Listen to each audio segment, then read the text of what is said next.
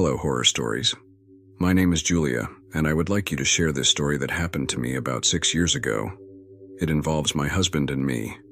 And although I would never have wanted this to be real, it was, and I still remember it like it was yesterday. It all started when our first baby was just 6 months old. We were traveling down the road from Oregon to Utah on Route 84.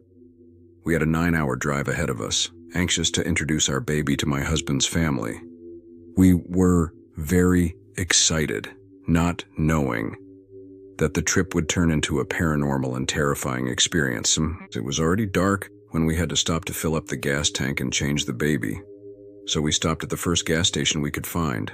I got out with our baby and went to the bathroom quickly to change his diaper.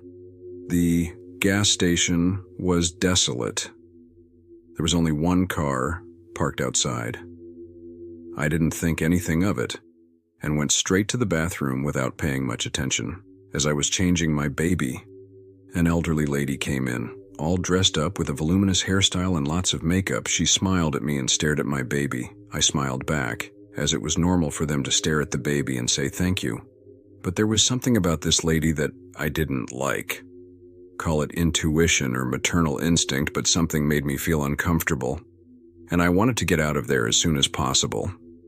I was waiting for the lady to stop looking at us and go into the bathroom, but she stayed behind me, smiling at the baby. Every time I turned around, there she was, motionless and with a strange attitude, not moving at all. I hurried to finish changing him, picked him up in my arms and walked towards the door, but the woman stood in my way, blocking my path. She kept smiling without uttering a word. I said, "Excuse me," and she replied, "How many months old is your baby?" I replied that he was about 6 months old and asked her again for permission to pass, explaining that my husband was waiting for me and that I needed to return. In a second, the smile disappeared from her face and her expression changed completely. I can't describe the fear I felt, not so much for myself, but for my baby. I knew that woman had no good intentions, and from the moment she walked into the bathroom, I felt her heavy negative vibe. At that moment, she looked me straight in the eye and stepped aside, barely taking a step to the side. I hurried out to the car with my hair standing on end. Got into the car and told my husband to get out of there quickly. Surprised, he asked me if I wasn't going to put the baby in the back in his crib, as it was dangerous to carry him in my arms. But I insisted that we should leave immediately. The woman came out of the bathroom behind me, watching us. As we were leaving, I turned and watched her get into the only car parked at the gas station. I explained to my husband what happened as we drove away, and he just kept quiet. The woman began to follow us in her car, and her lights were getting closer and closer. I panicked as I told my husband to speed up, that she was going to catch up with us and that she had no good intentions. He tried to calm me down, saying that he wasn't going to speed any faster with the baby in his arms, completely exposed on a dark, narrow two-way road, and that he didn't want to put us at risk. He added that if the woman was elderly, she could not hurt us, and that he would deal with her if necessary. Despite his words, nothing reassured me. I had a bad feeling and felt very vulnerable in the middle of nowhere, with that woman following us down the road. Remembering the evil in her face and the dark energy she transmitted to me just by her presence terrified me more and more. The atmosphere inside the car started to become strange and charged with tension. I felt an uncomfortable feeling in the air. The last thing I expected was for the car to start to fail. But in a matter of seconds, the engine stopped running and my husband barely had time to pull over. The car was only 2 years old, almost new and in perfect condition. My husband always took care to check it thoroughly before leaving on a trip, being very cautious in these matters. We knew it was not a lack of gas or water, which made the situation even more inexplicable.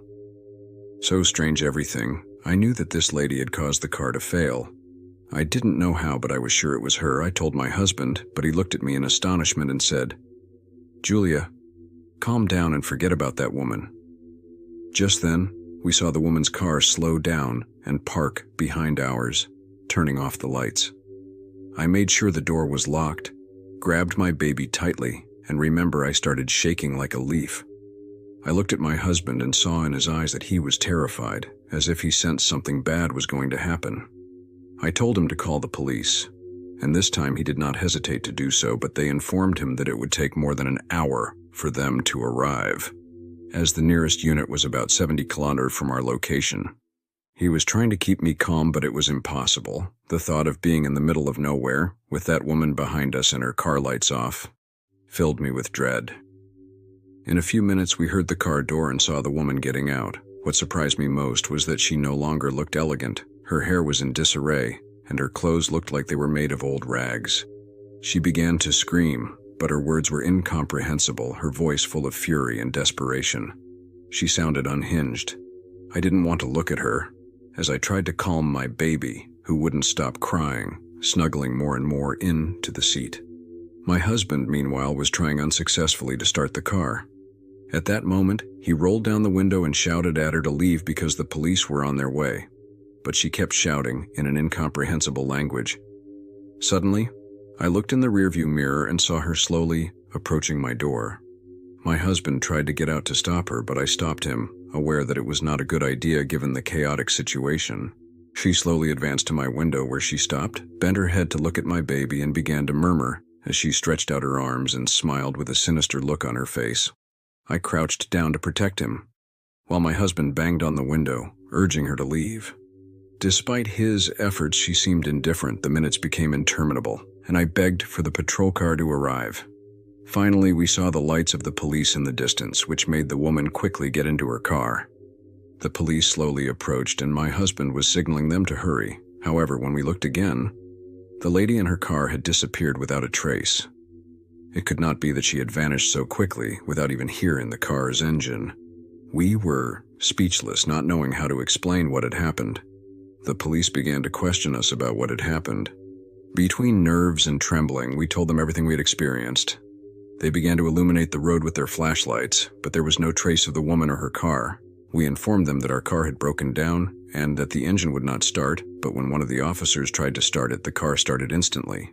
They looked at us skeptically, as if they did not believe us, and asked us to get out of the vehicle. Then they pointed their flashlights directly into my husband's eyes to examine his pupils and make sure he was not under the influence of alcohol or drugs. We were asked if we had written down the license plate number of the alleged car, and my husband had luckily memorized it. Upon providing the number, the officers looked into it, and I noticed a change in the officer's expression when he received the information over the radio. The officer on the other end of the line asked to repeat the number, and over the radio it was clear that this car, with that license plate, had already been written off and was out of circulation because it had caught fire in an accident a few years ago, causing the instant death of an elderly woman inside. The officer, visibly disturbed by the information, looked at us with a mixture of disbelief and concern. As the conversation progressed, he explained that the vehicle and its occupant, an elderly woman whom no one had been able to fully identify, had not been reported missing. The strange thing about that case was that in the back seat there was a baby carriage and a doll that had been swept away by the fire. But thank God no child's body had been found. The news of her death in an accident, along with the detail of our testimony fitting the description of the incident, left the officer and the other agents in a state of shock.